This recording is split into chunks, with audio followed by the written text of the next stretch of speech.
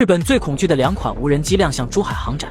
我为什么说它恐惧？第一款就是能飞 1.8万米高的无侦7，这款无人机呢，曾经日本是用战斗机对它进行过拍摄，但是你知道它是怎么拍的吗？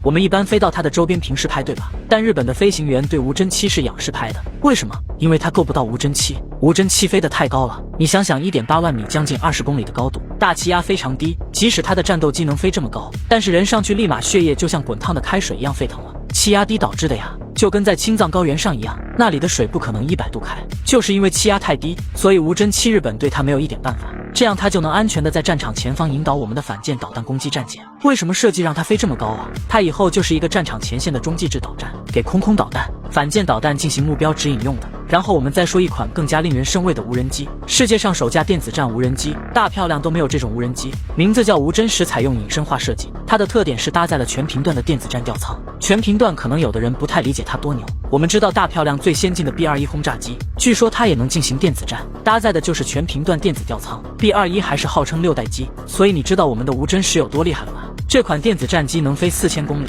你想想它的发电量有多足，没有任何一架电子战机飞得比它远，而且全球除了它也没有隐身的电子战机。4000公里这么远的距离，它能飞过去轰炸对方的防空系统。它先捕捉你的雷达信号，然后锁定后自动发射反辐射导弹。4000公里它是足可以干扰一整支航母战斗群的指挥信号，它隐身雷达还看不到。你想想，航母10几艘战舰互相之间没法联系，那就都变成了无头苍蝇。这时候发射反舰导弹，天上的无侦7进行中继制导，那打航母一打一个准，都不用饱和式攻击，一发就能打中。所以这次珠海航展真的是每亮相一个武器都是神一般的存在，歼35、红旗19，还有加装了主动防御系统的坦克，现在又有2架无人机，我的妈！你想想远在万里之外的那位会不会着急？